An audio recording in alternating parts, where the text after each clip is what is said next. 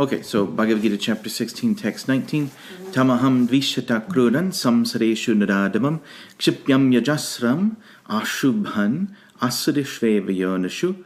Those who are envious and mischievous, who are lowest among men, I perpetually cast into the ocean of material existence and to various demoniac species of life. Prabhupada says, in this verse, it is clearly indicated that the placing of a particular individual soul in a particular body is the prerogative of the supreme will. The demoniac person may not agree to accept the supremacy of the Lord, and it is a fact that he may act according to his own whims, but his next birth will depend upon the decision of the Supreme Personality of Godhead and not himself. So remember the dividing line between demons and demigods, or you might say the Sura and Asura, is that one follows Scripture and one does not. One follows the authority, ultimately, of the Supreme Lord, and the other rejects that authority and follows his own authority, right? And so here the point is being made that even though those of a demoniac mentality may reject all authority, they're still under that authority. Just like you can be a madman, strip off all your clothes and run down Venice Boulevard screaming and punching cars and thinking that you're the god of your own world, running red lights and breaking all the laws. But you're still, you're going to be pinned to the ground by the LAPD, right? Mm-hmm. And they're going to take you to jail, just because you rant and rave and think that you're the supreme authority, you're so subjected to the laws of the state. So similarly, the demoniac, even though they act according to their whim, which is allowed because they have free will, as do all of us, still, you're still punished if you misuse that free will. So it's the same as modern society, like you're basically, there's laws that are there, there's the government that's there. You have freedom to follow those laws or not. But if you don't follow the laws, then you're punished. And in this case, you're punished by the laws of nature. Krishna doesn't necessarily punish people with a demoniac mentality. Rather, nature itself, the laws of karma, punish one. Your own actions come back around to punish you. But Krishna, of course, in extreme cases where a demon is threatening a devotee, like Hiranyakashipu or Hiranyaksha or something like that, then Krishna may personally intervene.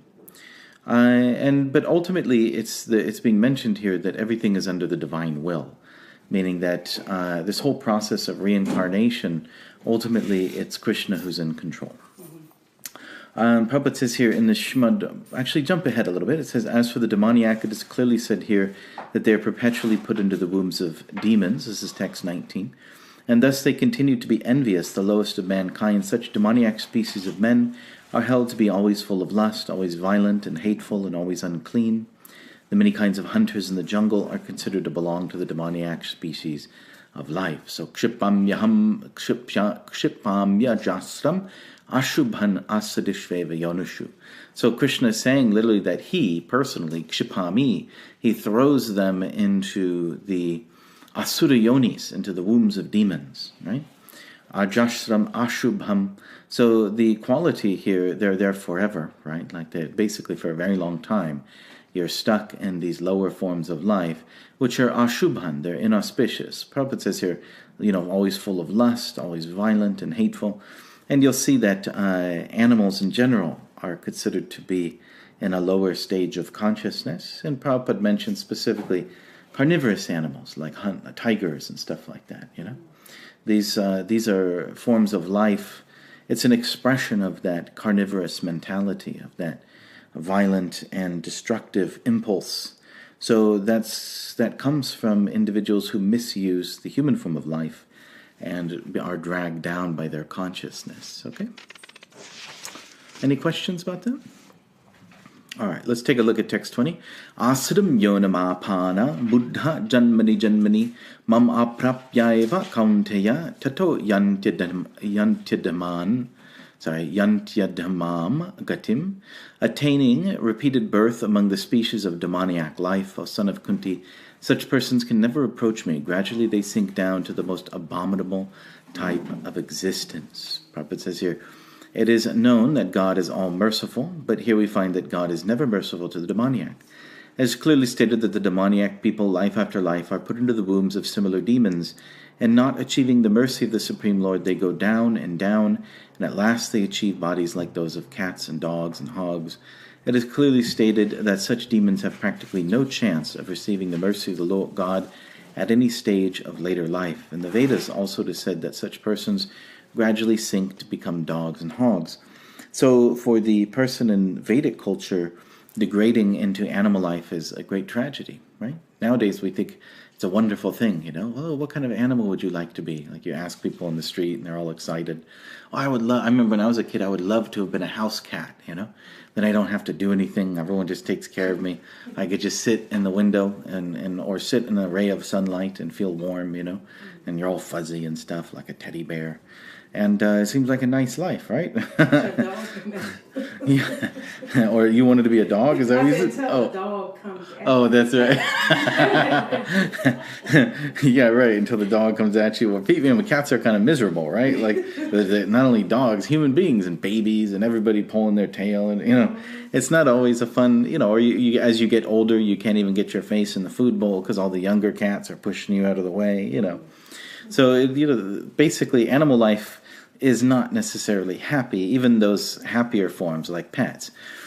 But really, if you look at animals that are not pets, then that form it's actually very difficult, living as a rat or something like that. I mean, it's a great struggle, And if you look at these animals, it's very tragic that, can you imagine being an animal living in the wild and you're filled with fleas and stuff? It's not like they have flea powder or something, right? Like if you're a deer out in the woods, we think it's all majestic, like you're galloping through the woods free or something. But actually you're filled with fleas and ticks. I mean, they're in your ears by the hundreds, drinking your blood. And you sleep in the dirt, in like a little hole under a bush, and you're terrified the whole time, right? And it's just like it's a really miserable existence. But even more so, is why it's bad is that you have no chance of coming to God realization, in the sense that it's really a position where your consciousness is heavily covered. It's like imagine for a human being, like you get into a car accident or you have a heart attack or somehow you get brain damage and you lose the function of your body. What to speak of your body, your brain, and you can no longer think anymore. And the world is just like a dream, you have no grasp on reality. So that's really like robbing you of the greatest features of the human form of life, which is the ability to contemplate ultimately the absolute truth and to go back to the spiritual world, to attain perfection. So that's the greatest loss, is it's a loss of freedom. It's a loss of availability of consciousness. So therefore in Vedic culture, this is a very fearful condition. And this is essentially where the demons go. Prabhupada says, or the Krishna says here, gradually they sink down to the most abominable type of existence. So to yanti dhaman gatim.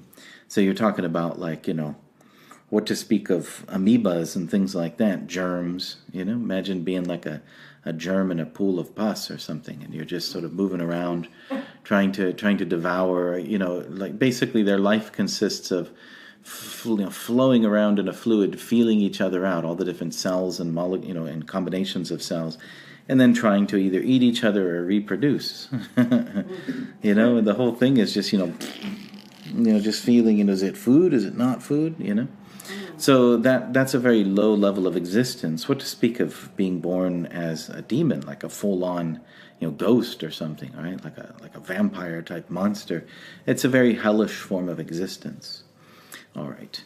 So, and of course, there is a shining light at the bottom of that pyramid, that inverted pyramid of consciousness, and that if you get all the way to the bottom and you become a monster-like creature, and if you're violent enough and powerful enough, like Ravana, Kamsa, Hiranyakashipu, you might just be killed by Krishna himself.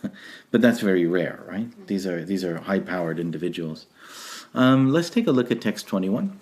Trividham narakasyedam varam nashanamatmanaha kamakrodha tata lobhastasmad etat tyajet.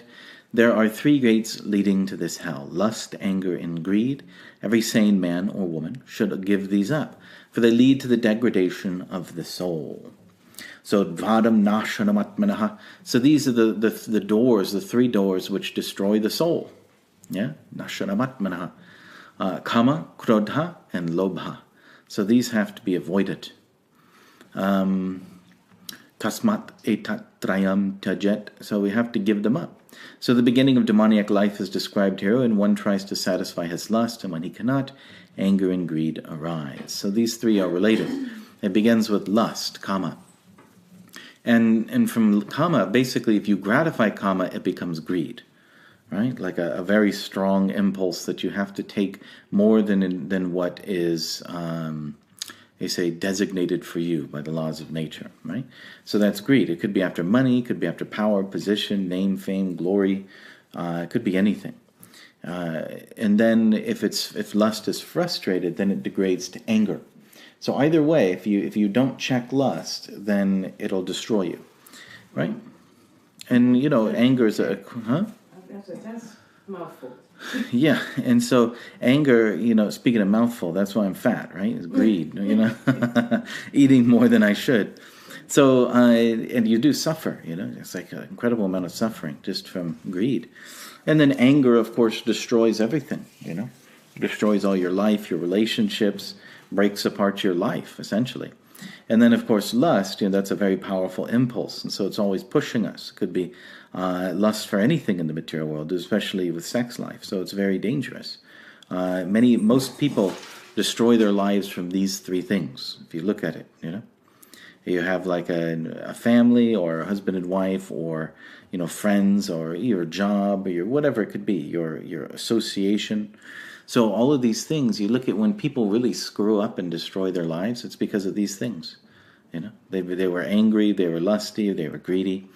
And so you really do destroy yourself, ultimately. Because when you become attached to these things and you become a slave to lust, greed, and anger, you completely rip apart the whole process of Dharma. These kind of structures that Krishna builds for us to climb upwards towards the light. You're like a baby throwing a tantrum. You smash them all and bash them and chew them and bite them and fight them, right? And so it's a very chaotic condition. Let's take a look at text 22.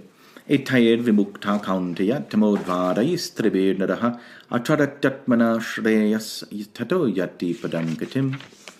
The man who has escaped these three gates of hell, O son of Kunti, performs acts conducive to self-realization and thus gradually attains the supreme destination. So, you have, this is really one path. And on top of the path is liberation, and at the bottom of the path is extreme bondage and suffering and pain. And so this is kind of like the turning point. Ultimately it's the Shastra, right? Whether you have lust, anger, and greed, they're within us because, we've cultivated sinful desires. In other words, I guess I should say, if you've been following the path of Dharma and climbing upward for many lifetimes, then your conditioning is less lusty, less greedy, less full of anger, all right? Like that's why in previous ages, there was a lot of weight put onto someone's birth, like if they're born as a Brahmana or something. Because it means that particular body is special, like it's very pure by nature, meaning it's not haunted by these desires. It's not as lusty. It's not as greedy. It doesn't have these low tendencies, these impulses built within it. But unfortunately in Kali Yuga, we're sort of riding a chariot of lust, riding a chariot of greed. And so our consciousness is constantly pounding away at us with these things, these desires. And so, but at every moment we have the freedom to choose because Krishna gives us another option, right? He gives us what's said in the Shastra. He gives us a higher path to walk. And so as long as you're walking that path and choosing, yes, I will follow, I will hold on to this rope that you're tossing into the well of material existence, and I'll climb out of this darkness. As long as you're doing that, then you're moving upwards towards liberation. All right? Whereas if you choose no, the impulse is there for lust, and you say no, you say yes, instead of no, and then you're basically letting go of the rope and you're sliding down the well, and it's coming fast, right? And so at the bottom of that well, basically you're going to hit the lowest forms of life and extreme misery, even hell itself, Naraka. And so that, you might say, as soon, you have the process of grabbing the rope and climbing up, but the process of letting go, that's your tamadwaram, right? That's your gateway to hell. Those are your three doors to hell. And as soon as you choose to let go of the rope, or as soon as you choose to Follow those temptations. Imagine like say you're in the well and you're sort of holding onto the rope and you're climbing upwards towards the light, and Krishna's face is at the top of the well, looking in. Come on, come on. All the acharyas, come on, Baba, you can do it, right? And encouraging you, and yet you look beneath you and you don't see some dangerous, horrible black well with alligators and Captain Hook and what is that, TikTok, the alligator from Peter Pan or something. You don't see some sort of dangerous, monstrous alligator. You see something attractive. These three doorways open before you, beneath your feet, and one is lust. You see the opposite sex or whatever it may be, or whatever the wonderful things of this world, how it looks very beautiful. And then you see in anger, you see righteous anger. I am right, you are wrong. You've done wrong to me, right? You've harmed my people, or you've harmed my country, or whatever it may be. And then we have righteous anger. We feel like our wrath is justified. We're going to destroy other people. We get to feel the power of being God. You've offended me, you've harmed me, therefore I have the right to destroy you. And that's a way of feeling like you're God, because God is the destroyer, right? Like, it's not only that we imitate Krishna when we're trying to be the enjoyer, right? That's obvious. We want to enjoy our own gopis or whatever it may be, right? Or gopis in the form of men, as it may be. And then the other side of it is wrath, right? Krishna is also the destroyer. We want to imitate him by being powerful and dominant, and no one can withstand our force. Like a raging fire will burn our enemies to ashes. So that's another temptation. And then greed, we want to be the possessor of everything. Just like Krishna, Bhoktaram Yagatapasam, Sarvaloka Maheshwaram, he's the possessor of everything. And therefore we want to hold everything in our hand and control, right? We want to show the world our bling, right? We want to show the world that we are the greatest, essentially, and we consume more than is required. And so these are attractive doorways, dimensional doorways, which open beneath our feet, and then we go diving into them. We let go. We don't just let go of the rope. We just turn around and just jump right in, right, with zeal. And so these are. So it's all hinging on this freedom of choice. At every moment, do we look upwards towards Krishna and climb, or do we look downwards towards these gates and become attracted to them and then dive into them? All right, let's continue here in the purport. It says, in the Vedic literature, the ways of action and reaction are prescribed to enable one to come to the stage of perfection. So that means the regulations of Scripture, right? Yama niyama. The whole method is based on giving up lust, greed, and anger. By cultivating knowledge of this process, one can be elevated to the highest position of self-realization. This self-realization is perfected in devotional service. In that devotional service, the liberation of the conditioned soul is guaranteed. Therefore, according to the Vedic system, there are instituted the 4 orders of life and the 4 statuses of life, called the caste system, meaning Varnashram Dharma, and the spiritual order system. There are different rules and regulations for different castes or divisions of society, and if a person is able to follow them, he will be automatically raised to the highest platform of spiritual realization. Then he can have liberation without a doubt. So, picture this rope hanging down. It's like a rope ladder. And so what are those rungs of the rope? Well, it's the Varnashram system, right? It's the different rules that are prescribed to you according to your status in life. And you have the choice to follow them or not, right? And so that is essentially that Krishna is giving something for us to hold on to and to climb upward. All right, let's take a look at text 23. Can we close the door? Yeah, sure. Does that come from out? Where did it come from? It's coming from everywhere. Oh. That's the nature of this wonderful city. Yes, it's always very noisy. It's always providing beautiful sounds. You can put out a CD series, Sounds of Los Angeles, for people to fall asleep to and relax to. Ambulances and people shouting. Okay, let's take a look at text 23. Yashastra vidhim utsrija vartate kamakadataha na sasiddhim avapnoti na sukam na padam gatim. He who discards scriptural injunctions and acts according to his own whims attains neither perfection nor happiness, nor the supreme destination. So yashastra vidhim utrija. So those who give up the shastra vidhi, the rules, the do's and don'ts of shastra, Vartate kamakadataha, and they go chasing after their desires, right? Then such people, na sa siddhim, right? Na sukham, na padam gatim. So they're not going to attain perfection, siddhi, nor will they be happy, sukham, and nor will they attain the supreme destination. They're not going to attain liberation. All right. Now, in modern society, everyone thinks that if you chase after your desires, you become happy. This is the key to happiness. Just know your desires and go after them full force. Don't let anything or anyone hold you down. Don't let any responsibilities hold you back.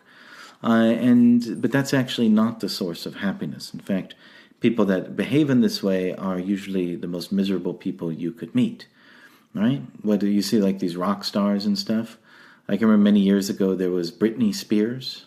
She's probably now everyone's too young here to even know. So, she was like very, very famous and very, who she is? Kind of, yeah. So she was very famous, she's supposed to be, very beautiful and very wealthy and all these qualities, these opulences, a lot of money and prestige and stuff like that. And yet she became very degraded, like she's just chasing all of her desires, trying to fulfill them, right? And lust, anger, and greed, basically, and got into drugs and all sorts of things. And then she had like a breakdown, and she shaved her head. It was like all over the news and stuff. She's supposed to be like this emblem of beauty, and they actually filmed her. Like she was totally crazy, and she went into a salon and just started shaving her head. Like I'm disgusted with everything, get away from me. And it took her many years to like get out of that downward spiral, right? So when you enter these, we think that just going full blast into our lust and just trying to gratify all of our desires, that will make us happy, but it doesn't. It actually makes you miserable. I think even more recently, there's this one, Miley Cyrus or something. And then she was like this Disney princess and considered like this emblem of sort of like religiosity and womanhood, young womanhood or something. And then she just went totally off the rails, just chasing lust and greed and all these qualities, anger, and destroyed her life, destroyed her consciousness. She was very famous, but famous for being degraded and to the point of like absurdity.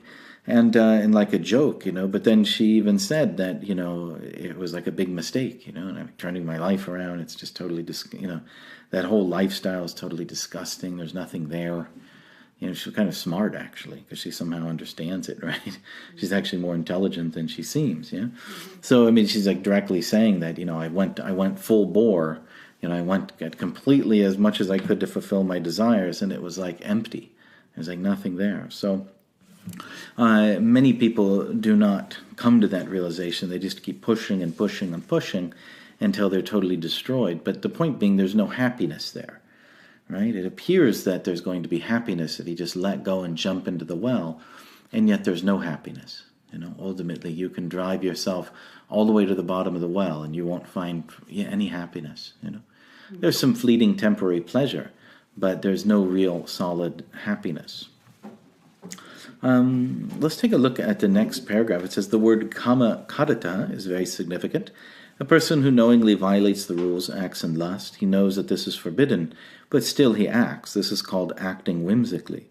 He knows that this should be done, but he still does not do it. Therefore, he is called whimsical. Such persons are destined to be condemned by the Supreme Lord.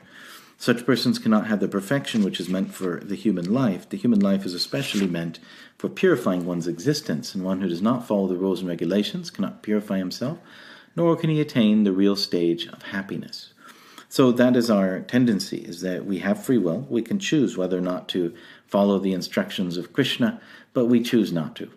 And basically, it's because we're whimsical. And it's just kind of like, we just don't feel like it, Or, okay, I'm striving forward in Krishna consciousness, but here's this temptation. Yeah, it's okay. Who cares? I'm going to just do it. I don't care. I'll just do it. I want to do it. So that's whimsical. Okay, let's take a look at text 24. Tasmat shastram pramanam te kadya vyavasthatau gyatva shastram vidhanoktam karma kartum iharasi. One should therefore understand what is duty and what is not duty by the regulations of the scriptures. Knowing such rules and regulations, one should act so that he may gradually be elevated. So, tasmat shastra pramanam te kadya vyavasthatau. So, you have to know what is good and bad. right? According to Shastra Praman, according to what's written in the Shastras, right?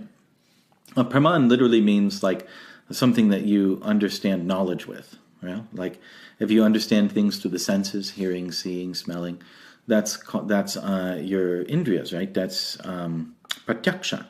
That's a certain praman. And then there's logic and reasoning is another praman.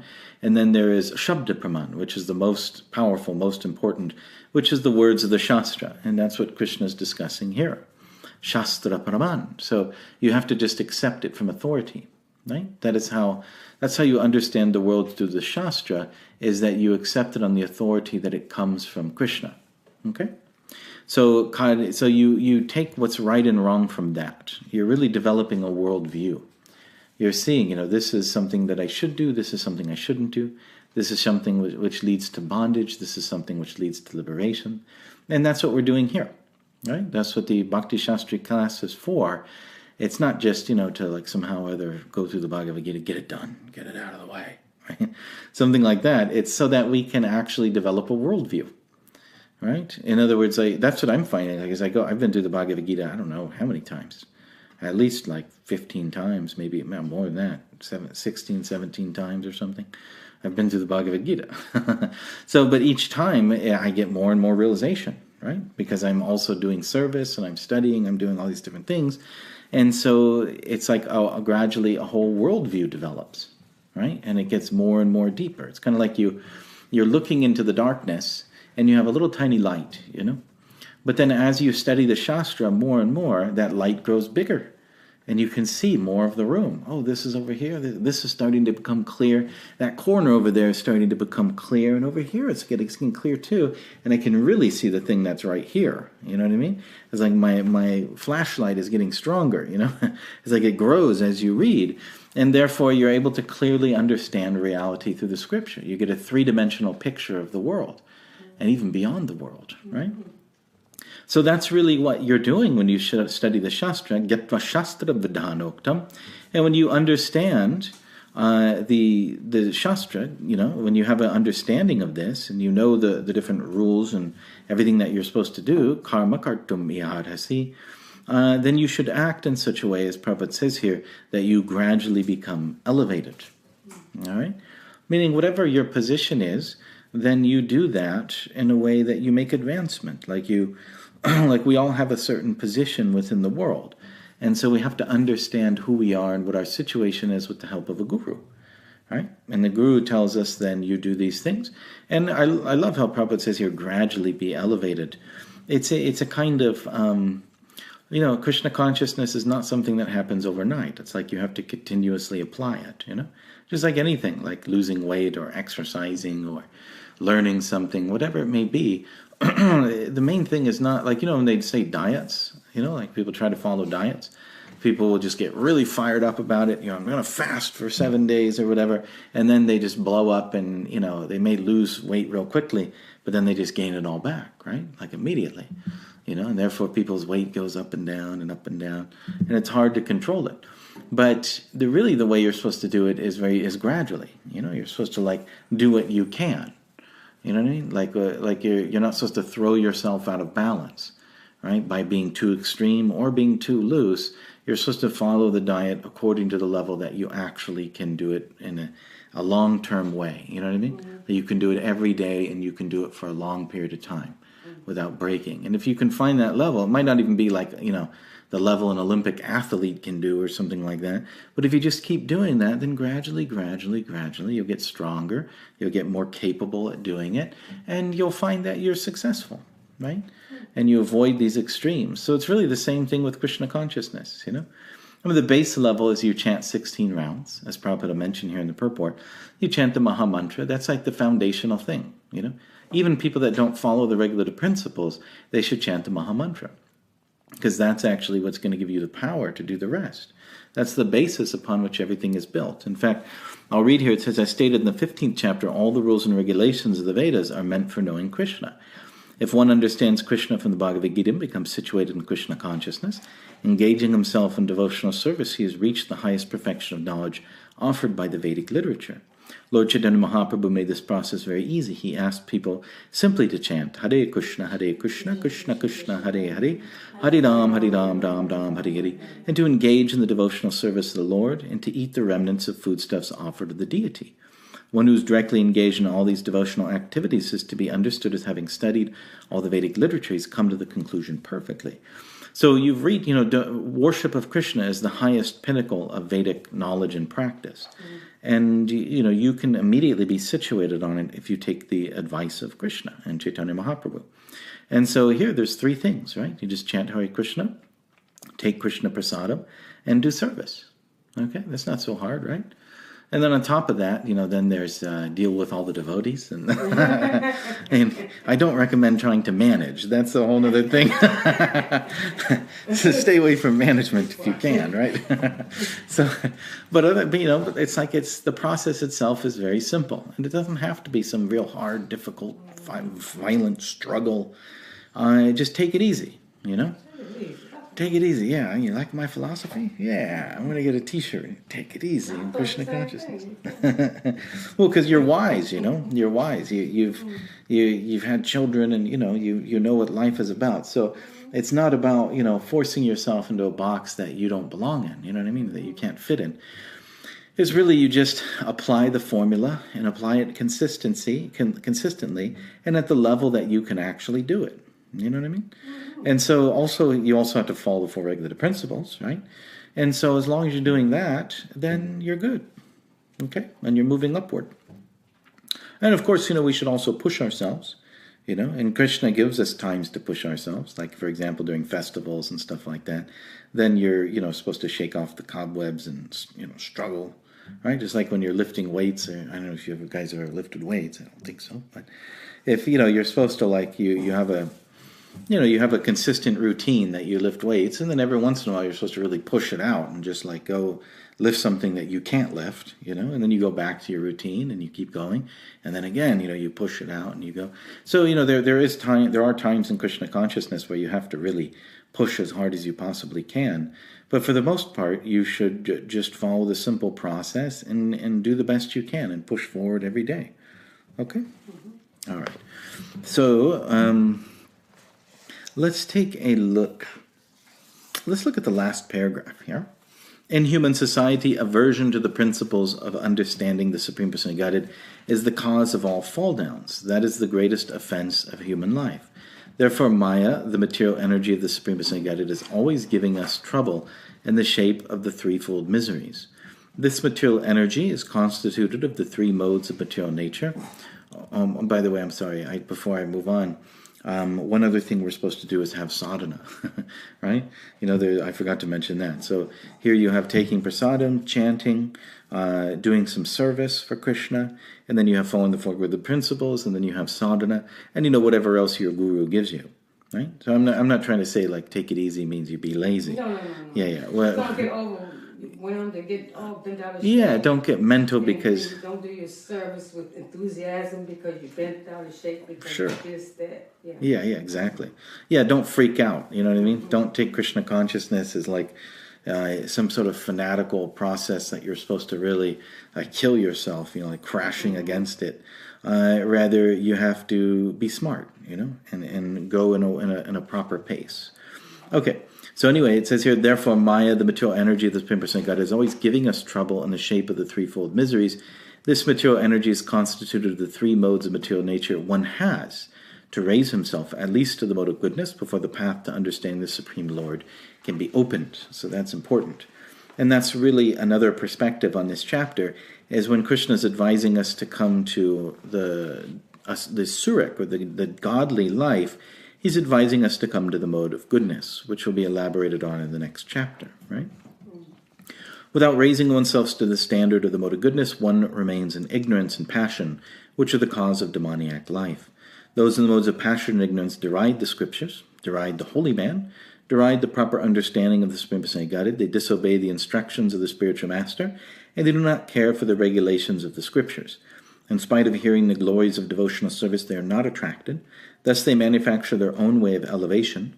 These are some of the defects of human society which lead to the demoniac status of life. Okay, so another thing, there's the scriptures, right? This is like the turning point. Do we follow the scripture or do we reject it? But there's also the order of the spiritual master too, and this is sometimes even more difficult, right? Because the scriptures, you can, there's lots of scriptures, right? You can take, you can pick and choose, like this scripture says this, that scripture says that. Yeah, I can make a gray area that I can be happy in. I can do what I want, But actually, there's another point, which is shishasteham shadimam trambapanam. Right? There must be the discipline of the disciple towards the guru. Krishna is not a fool, right? He gives us a guru specifically to say no to what you want to do. and sometimes we can even make arguments. Actually, I was just listening to a lecture by His Holiness Radhanath Maharaj where he's talking about this, that we can make arguments that are even dharmic, right? According to scripture. Like Arjuna here in the Bhagavad Gita, he's actually arguing against Krishna. That you're telling me to fight, but there's this reason which is dharmic, there's this reason which is dharmic, there's this reason which is dharmic. And so Krishna just says, no, you're a fool. Ashochanam vashochastvam pragavadam shabashase. You're speaking like a learned man.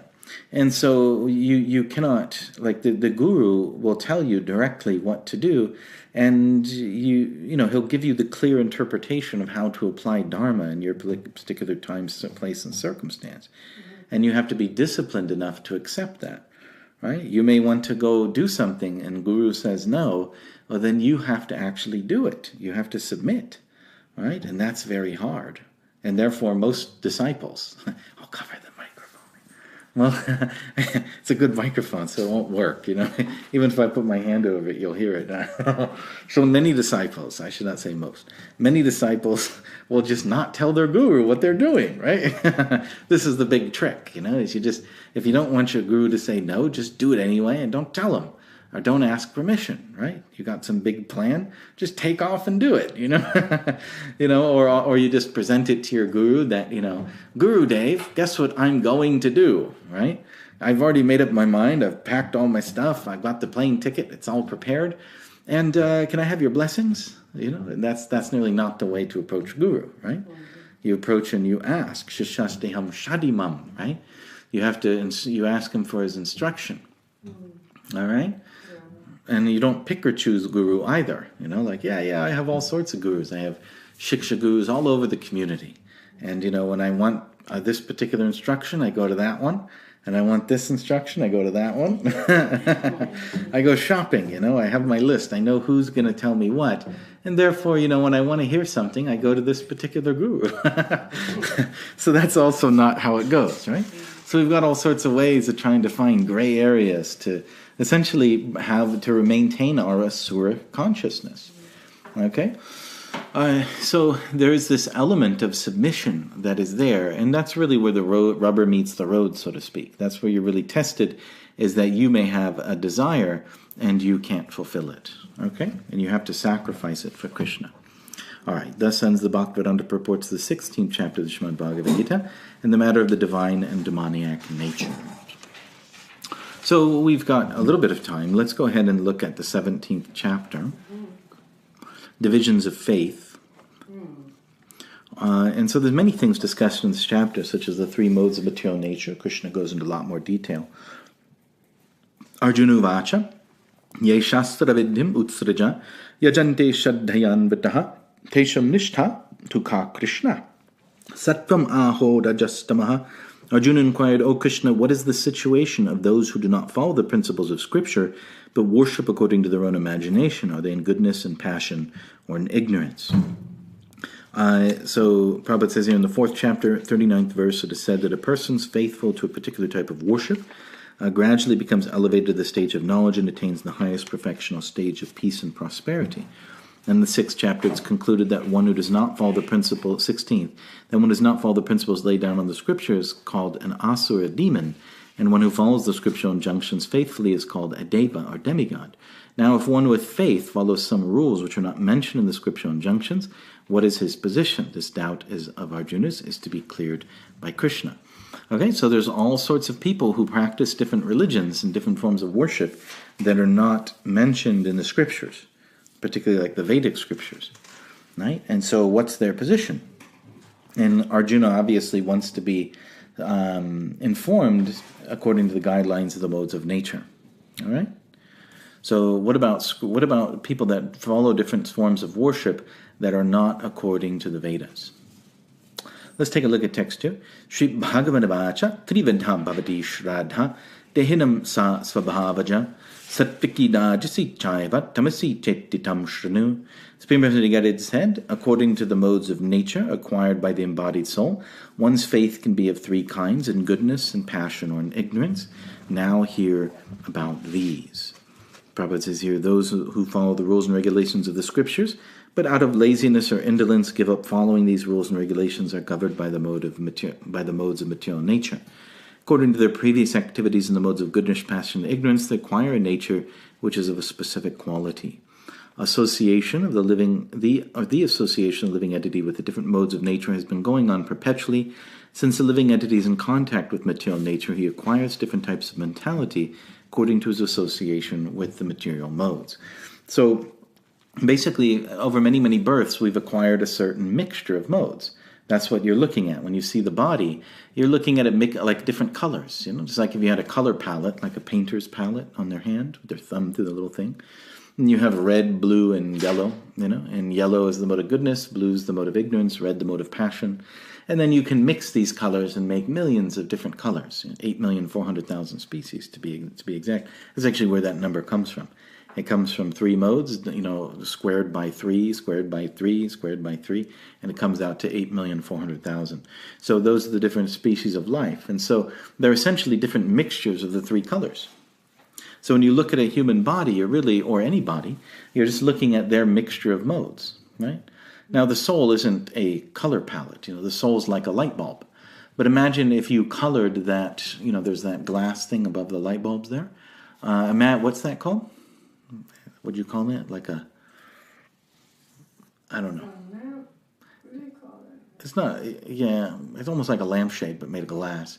So if you colored that glass a particular color, but according to the modes of nature, you mix on your palette and you come up with a certain combination and you painted that color, purple or something, then the light will shine out purple, right? So similarly, if you have a conditioned existence and the soul shining through that existence, then the light coming from that soul will be the color purple.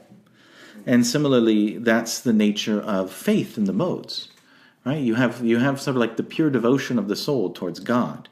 And then when it shines through someone's conditioning, it takes on a certain color. And that color is basically the various religions of the world and the various forms of worship that you see. All right? So, for example, if you have the Catholica modes, if you're a Catholic by nature, you have a certain conditioning, right? There's a certain feel, there's a certain philosophy, a certain way of thinking. Even if you're a Catholic and sometimes you're walking down the street and you see another Catholic, you can recognize there's a Catholic. I can smell a Catholic. Fee, fi, fo, fum, right? You can somehow or other sense, what someone's religion is or something like that, right? Because you have the same modes, so it's like you're familiar with it. Or, if you're Jewish, then you can immediately sense, this person is Jewish, I can just tell. Because you have the same modes, you're familiar with the modes, and then you can recognize them, right?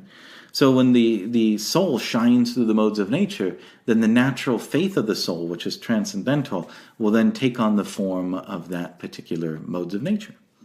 Judaism or Catholicism or whatever it may be. Okay? So, and Prabhupada says here, but this nature can be changed if one associates with a bona fide spiritual master and abides by his rules and the scriptures. So here Prabhupada mentions the guru and the scriptures, right? Gradually one can change his position from ignorance to goodness or from passion to goodness.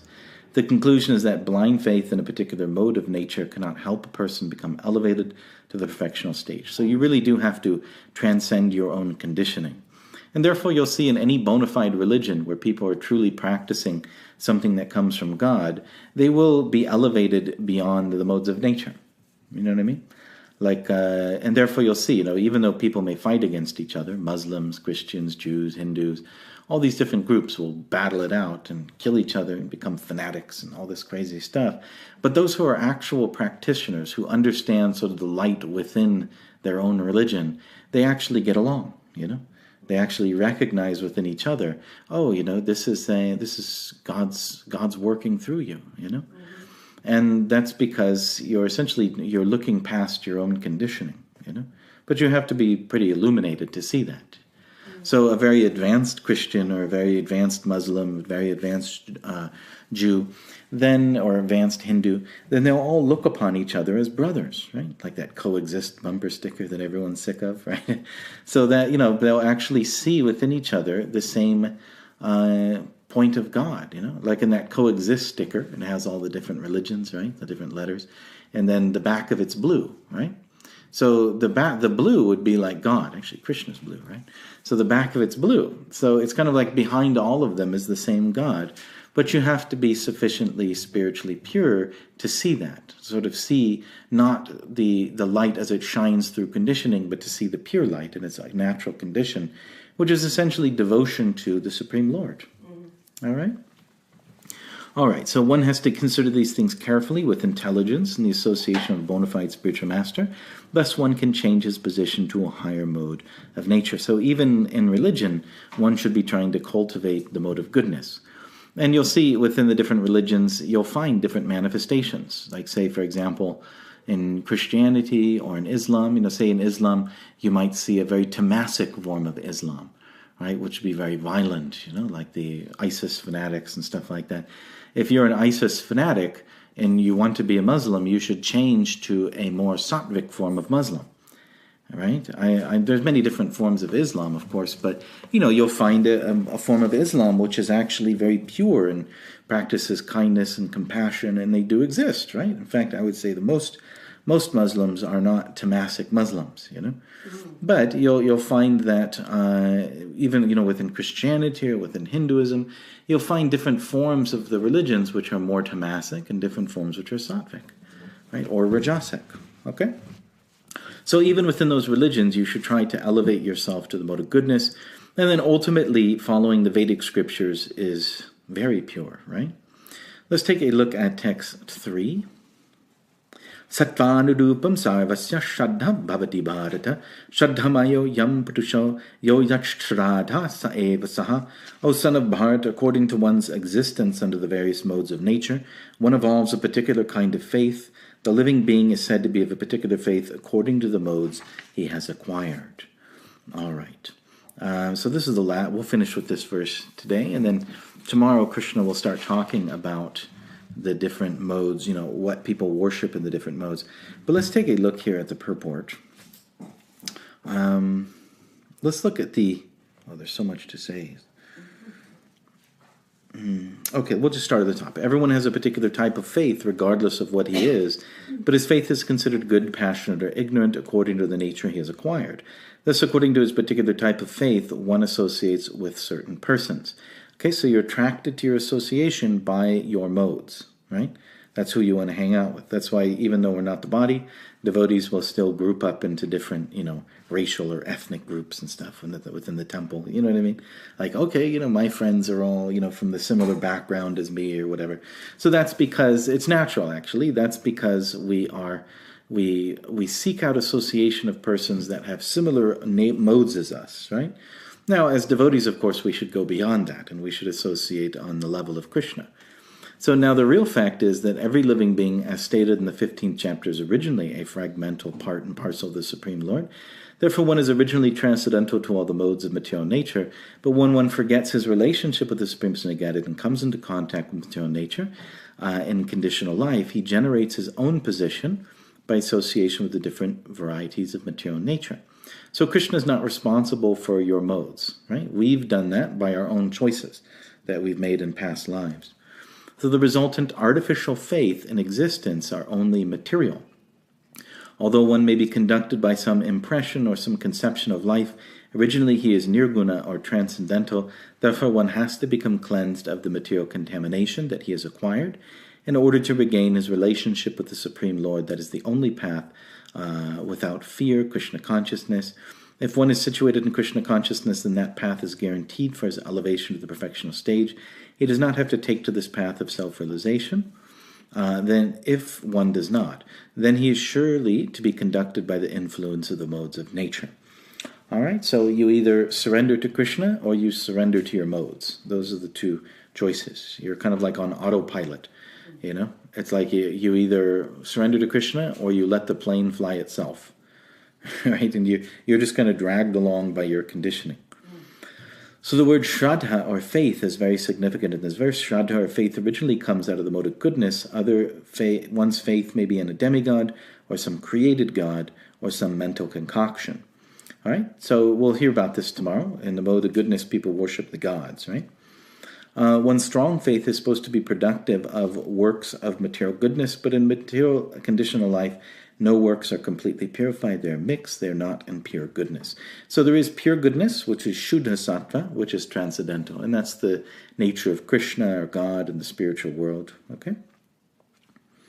All right. Let's take a look kind of almost towards the end. It says, and if his heart is in the mode of passion, his faith will also be in the mode of passion. If his heart is in the mode of darkness, illusion, his faith is also thus contaminated. Thus we find different types of faith in this world, and there are different types of religions due to different types of faith. The real principle of religious faith is situated in the mode of pure goodness, but because the heart is tainted, we find different types of religious principles. Thus, according to different types of faith, there are different kinds of worship. So the original worship is surrendering to the Supreme Personality Godhead. That's the dharma of the soul. It's the very nature of the soul. And yet that nature then will shine through matter, right? It's like a stained glass window. And the sun shining through that stained glass window, and it will color the faith of the living entity. And therefore you have all sorts of different religions and beliefs and types of worship according to the different modes of nature which exist in human society, according to the activities people have performed in past lives. Okay, thank you very much. All glories, Prabhupada.